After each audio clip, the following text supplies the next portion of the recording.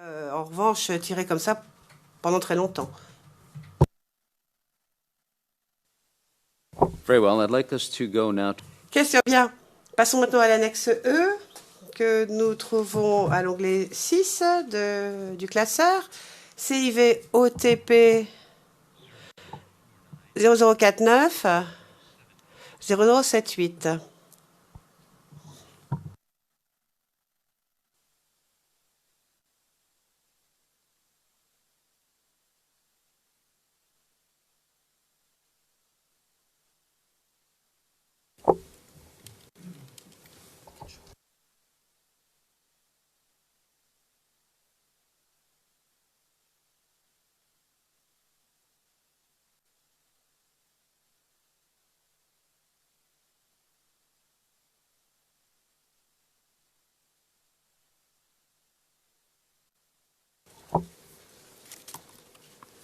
So the first video we're going Question donc, nous allons déjà avoir une vidéo sur l'annexe E CIV OTP 0042 0593. Donc, c'est une vidéo au redatage 930, s'il vous plaît. Et c'est en annexe à votre rapport. Nous allons déjà visionner cette vidéo. Confidential video, please. L'audience, s'agit-il d'un document confidentiel? Réponse non, c'est public. En tout cas, ce passage est public. Correction d'interprète. Il s'agit de l'horodatage 930.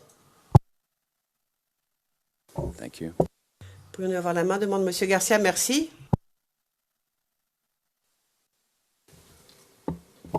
Evidence Channel 2. Thank you. C'est la greffière d'audience sur le pavé de Monsieur Garcia. Merci. Mr. Fitzgerald Finch, this is a video that is in your. Donc, il s'agit d'une vidéo qui est incluse dans votre rapport. Je me suis arrêtée à l'horodatage 9, 29, 19. Pourriez-vous dire ce que nous voyons à l'écran en ce moment? Réponse. Donc, ça, c'est la base, ou du moins les ailettes de ce qui doit être un obus de 120, très certainement. Donc, je vois les ailettes qui sortent, qui sont en circonférence. C'est tout à fait... ça correspond parfaitement à la base d'un mortier, d'un obus de mortier. Je regarde le nombre d'ailettes aussi. Et les angles de ces ailettes, eh bien, cela correspond parfaitement à un obus de 120. Type russe. Question. Donc, maintenant, de 10-23 à 10-35 de cette même vidéo. Nous allons vous montrer maintenant ce passage et c'est un extrait qui est public, qui peut être montré.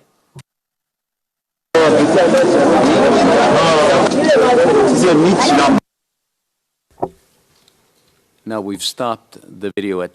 Donc la vidéo s'est arrêtée à 10-35-16. Que voyons-nous à l'écran, s'il vous plaît? Réponse. Ici, on voit ce qui semble être la base de l'empennage du l'obus de mortier avec ses ailettes. Et quand on voit l'angle de ces ailettes l'une avec l'autre, cela correspond parfaitement à ce que l'on trouve sur un obus de mortier de 120. Question, merci. Maintenant, nous allons nous tourner vers le rapport que vous avez envoyé à l'accusation le 1er septembre 2013, CIV-OTP 0049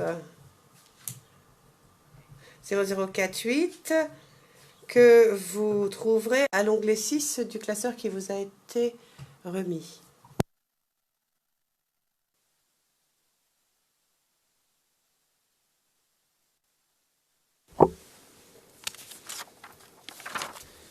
Now we'd just like to have you. Pourriez-vous nous confirmer qu'il s'agit bien de votre rapport? Le témoin. Oui, tout à fait, c'est mon rapport. Question. Il s'agit d'un rapport qui résume les conclusions auxquelles vous êtes arrivé dans les autres annexes? Réponse, tout à fait.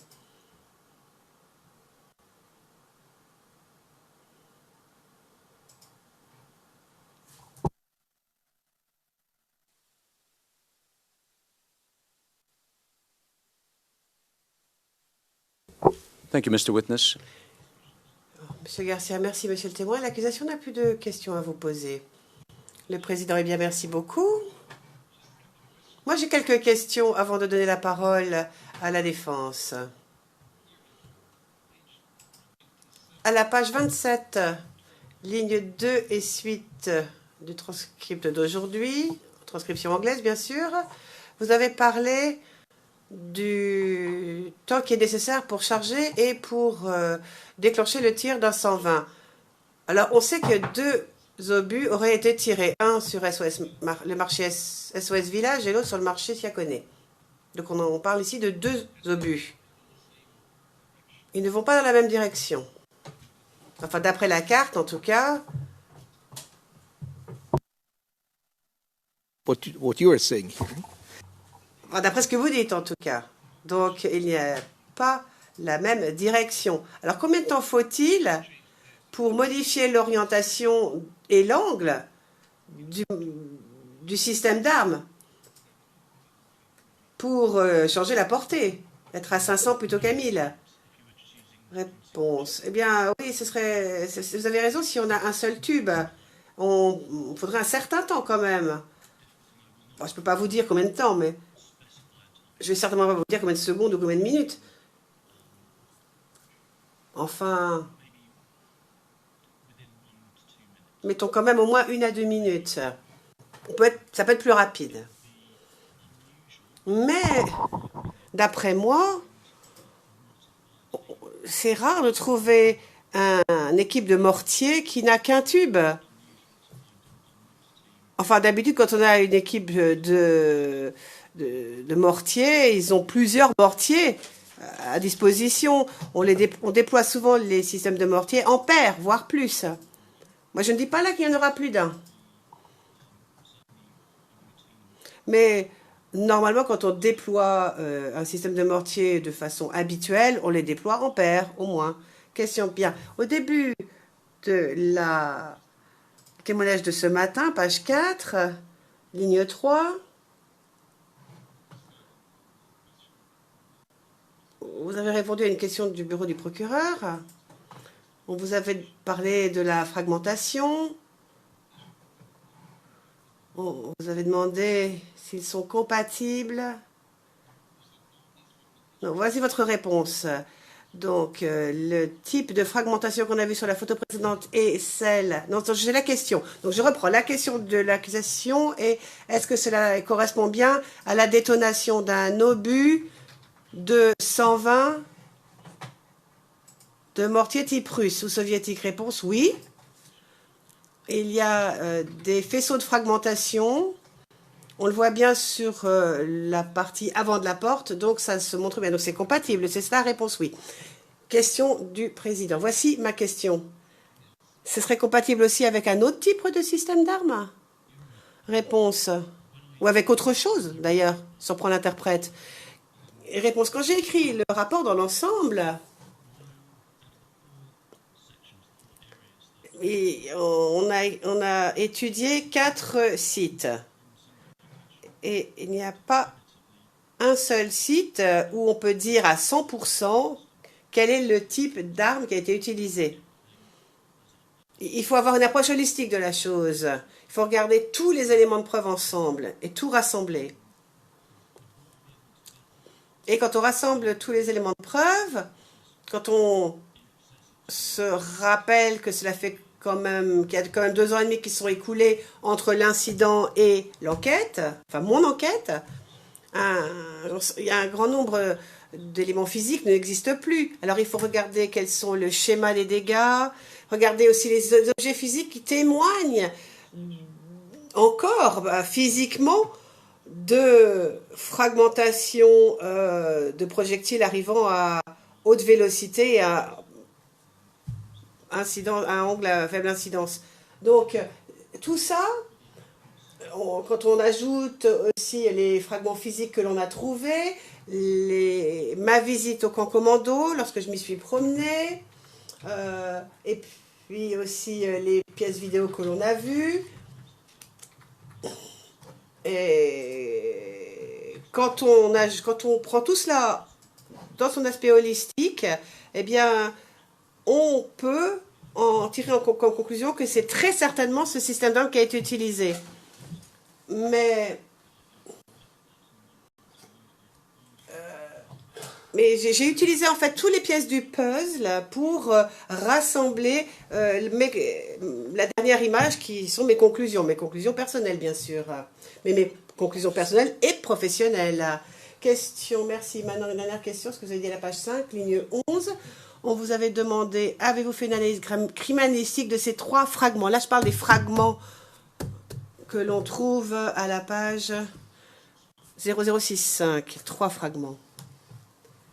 Alors, je ne sais pas à quel onglet ça se trouve pour vous. Et vous avez dit, oui, j'ai procédé à cette analyse. Alors, c'est quoi exactement une analyse criminalistique de ce type de choses, d'après vous? Réponse. Ben, j'ai étudié les fragments. D'abord, je les regarde, je les inspecte visuellement.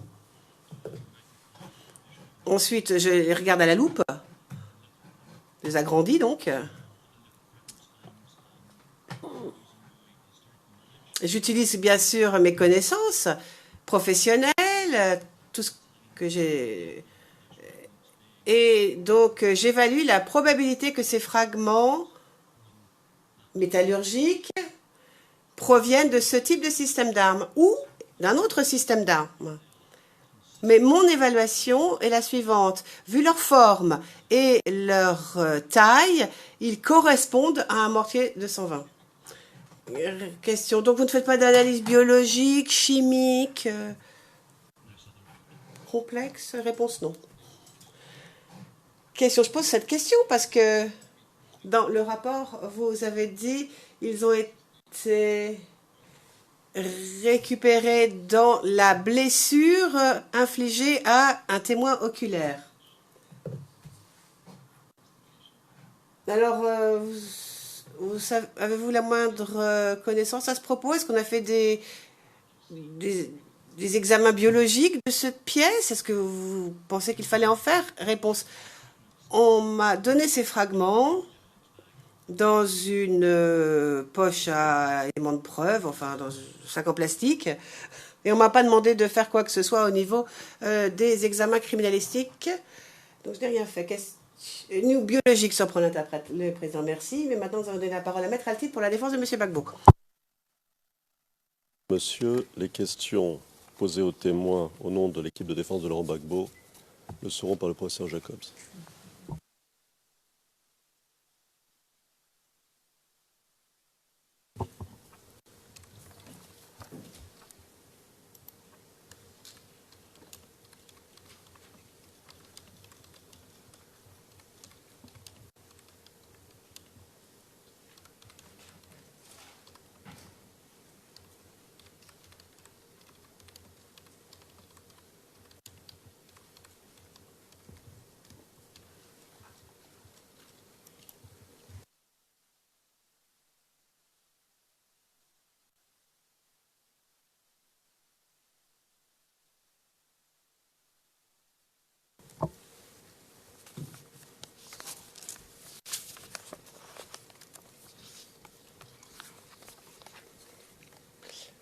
Bonjour Monsieur Fitzgerald Finch. Bonjour monsieur. Je m'appelle Dov Jacobs et je vais vous poser des questions aujourd'hui au nom de l'équipe de défense de Laurent Gbagbo.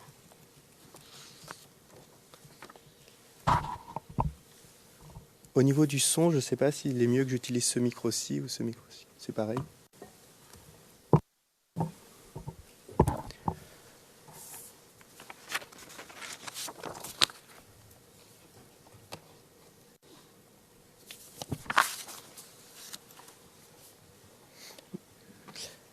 Monsieur le témoin, êtes-vous inscrit sur une liste d'experts dans un pays quelconque?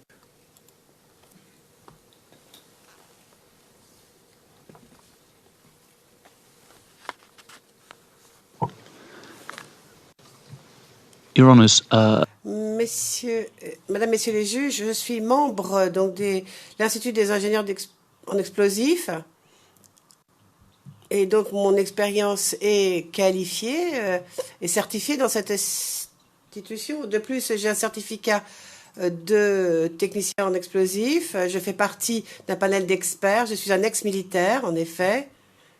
Et je travaille toujours dans le cadre de mes compétences. Donc, je pense qu'on peut dire que je suis inscrit sur une liste d'experts. Pouvant intervenir devant des tribunaux.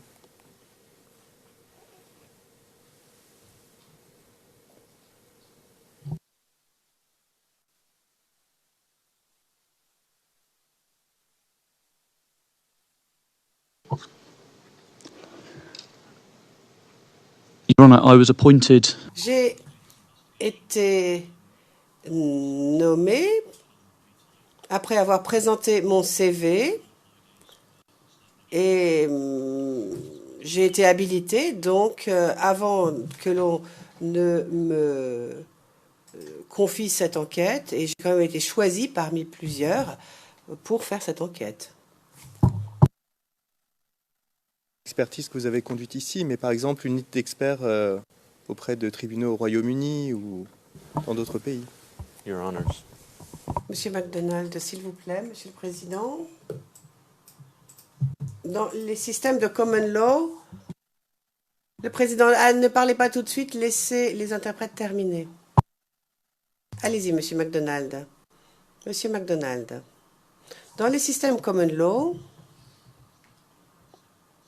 eh bien, les choses sont différentes du système romano-germanique, surtout en ce qui concerne ce type de témoignage. Je n'en dirai pas plus.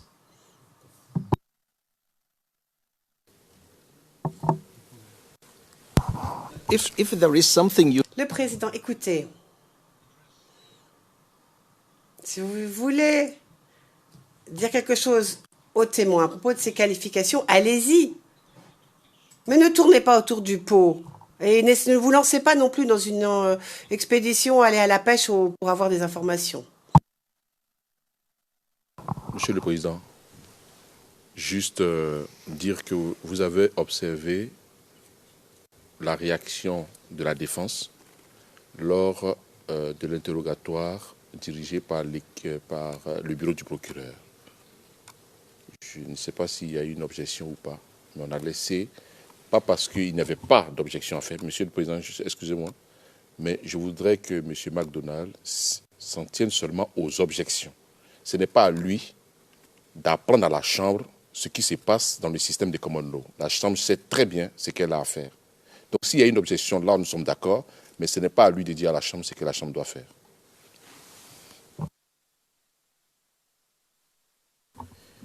Well, I said this... Le président, eh bien, je pense que je ne vais pas prononcer ces paroles pour la première fois.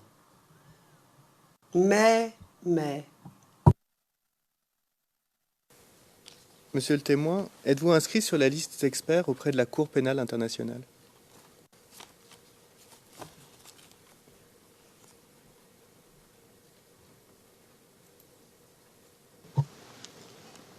Your Honour, I regret that Malheureusement, je ne connais pas très bien vos procédures internes.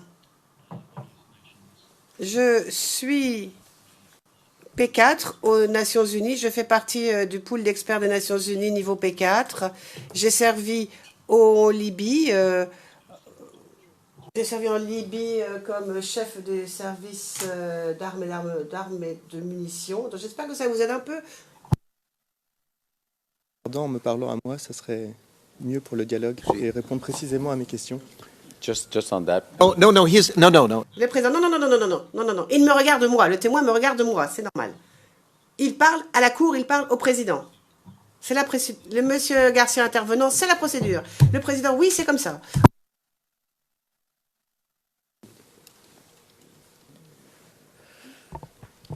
Donc le procureur ne vous a pas demandé de vous inscrire sur la liste des experts auprès de la Cour pénale internationale pour les besoins de votre expertise.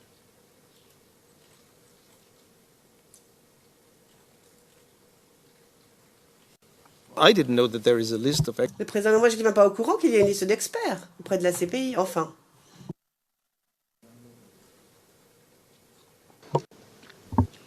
témoin. Désolé, c'est une question à laquelle je dois répondre. Pour les besoins de cette expertise, de faire reconnaître votre expertise par cette cour, selon les règles de cette cour.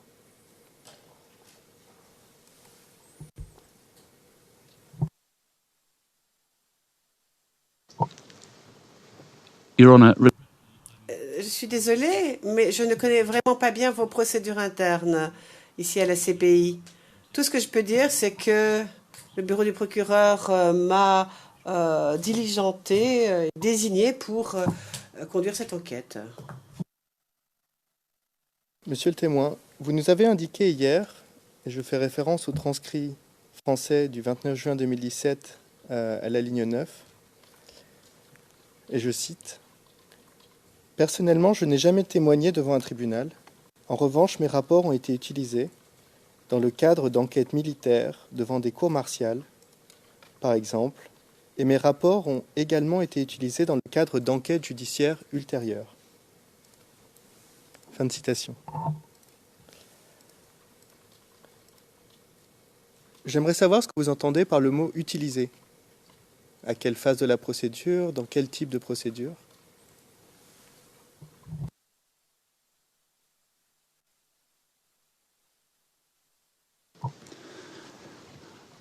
Your Honour, as a En tant qu'expert en sujet militaire, lors des enquêtes de routine sur l'utilisation criminelle, par exemple, de munitions ou de systèmes d'armes ou d'engins explosifs improvisés, eh bien, on doit à chaque fois soumettre un rapport, chaque fois qu'il y a enquête sur ce type d'incident. Et ces rapports sont utilisés, servent de preuve dans le système judiciaire approprié à l'époque. Alors moi, là, je ne suis pas juriste, c'est pas moi qui je ne sais pas ça. Mais mon rapport est présenté en tant qu'élément de preuve, versé au dossier et utilisé, j'imagine, dans le procès, que ce soit un procès en cour martiale, ça, si c'est un procès militaire, ou bien devant une cour civile. Et malheureusement, on ne m'a jamais demandé de venir témoigner corps présent en prétoire pour parler de mes rapports. Est-ce que ces rapports portaient sur l'utilisation de mortiers, et plus particulièrement de mortiers de 120 mm?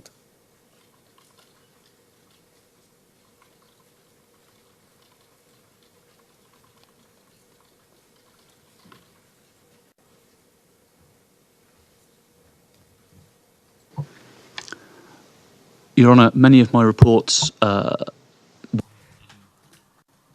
Réponse. Si le sujet d'un grand nombre de mes rapports portait sur la mauvaise utilisation de systèmes de mortier. Comme je vous l'ai dit hier, dans l'armée britannique, nous n'utilisons pas de système de mortier de 120. Donc, bien sûr, mes enquêtes ne portent pas d'habitude sur ce type de mortier.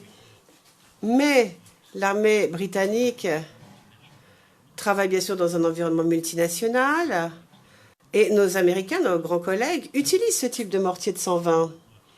Et j'ai travaillé en étroite collaboration avec les Américains.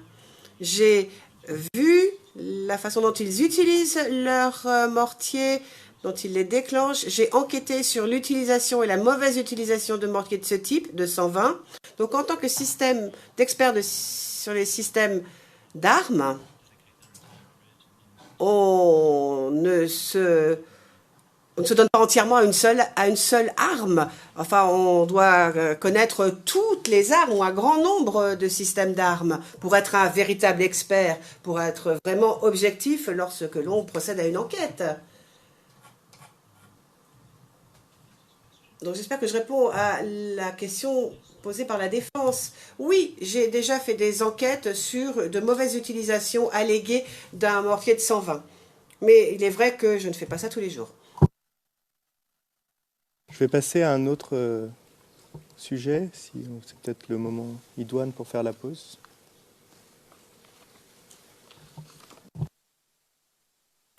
OK. Tout à fait. Une pause s'impose. Et nous reprendrons donc à 11h30. La séance est levée.